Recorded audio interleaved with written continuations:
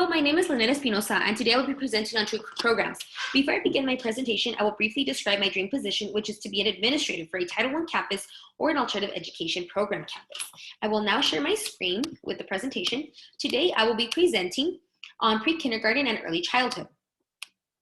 Now, for a goal in mind, the goal is to offer students of all demographics and identities at an early age the initiation of academic success with the introduction to educational programs that will focus on developmental growth in all aspects.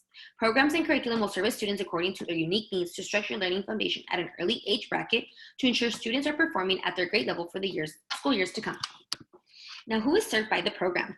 For early childhood, who is served would be children 0 to 3 years old, which are toddlers and infants, and any children 0 to 3 years old that may be English language learners, children who may have special needs, disabilities, and or developmental delays, children who have established conditions such as Down syndrome, blindness, or visual impairments, or hearing loss. As for pre-kindergarten, who is served by the program would be any children who are 4 to 5 years old and who are English language learners, and children with disabilities, an IEP, or in the process of evaluation for a disability or an IEP plan.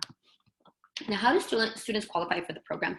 So for early childhood, some campuses and some schools or school districts may service students 0 to 3, period. It doesn't matter if they have a disability or not, they will service all children. But some, when they do service specific students for the early childhood program, it may be a child may qualify to enter early childhood if he or she is referred by a parent or other interested party that may advocate for a child who may be reflecting a disability, and children who do not know any English, the ELL students will qualify for early childhood.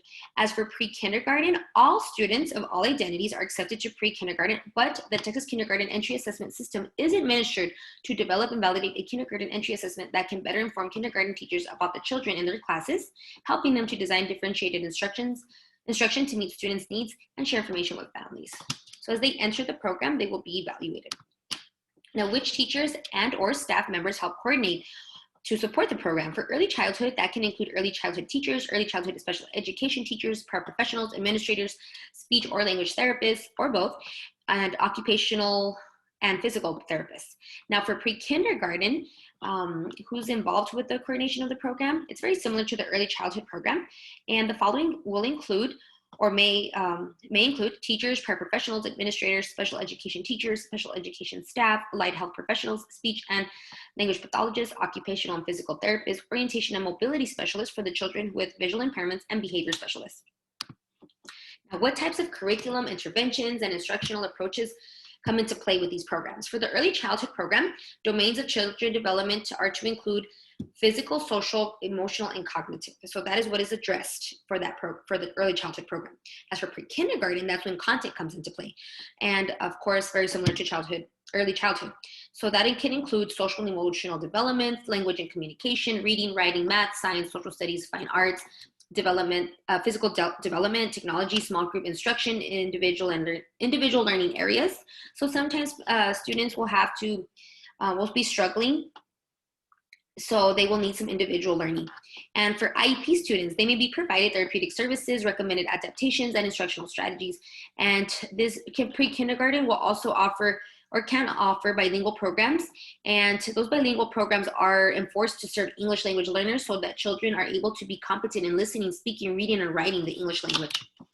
Now, how do we monitor these programs? For early childhood, the best forms of monitoring and evaluations are tracking developmental milestones, tracking cognitive and physical delays, formative assessments, and sometimes formative assessments can vary depending on the school district, the schools, or even the state, depending on what the state is asking for. Now, continuous student progress monitoring. Children may be evaluated for an IEP or already have an IEP, and when that is happening, there will be an establishment of short-term and long-term goals, and those are continuously reviewed. For pre-kindergarten, informal assessments can include observations, which are ongoing observations of work and play, systematic observations, reflections, anecdotal notes, checklists of behavior and skills, portfolios, and some formal assessments can include screening measures, which will be any type of skills, progress monitoring measures, which are measures of what children are learning and rates of improvement, diagnostic assessments, which is an in-depth analysis detecting underlying conditions and disabilities. And for IEP students, they are evaluated through short-term and long-term goals once again. And when they enter kindergarten, students are evaluated once again using the Texas Kindergarten Entry Assessment. So what are some remedies and mistakes to avoid? For early childhood, we need to make sure to implement multiple instructional models for students' unique needs. Be responsive to to individuals' needs. So please make sure you know your students.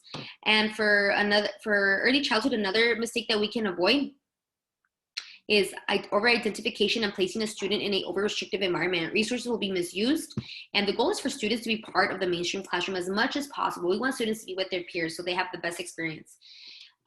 For pre-kindergarten, we want to avoid the lack of properly planning a lesson. Do not overlook an IEP for a student. If you're planning, if you're crafting a lesson, please make sure you know your students so you know how to work the lesson. Now, please avoid poor class management. That will hinder an organized environment. Children need to have structure and routine so that way they start developing a sense of responsibility.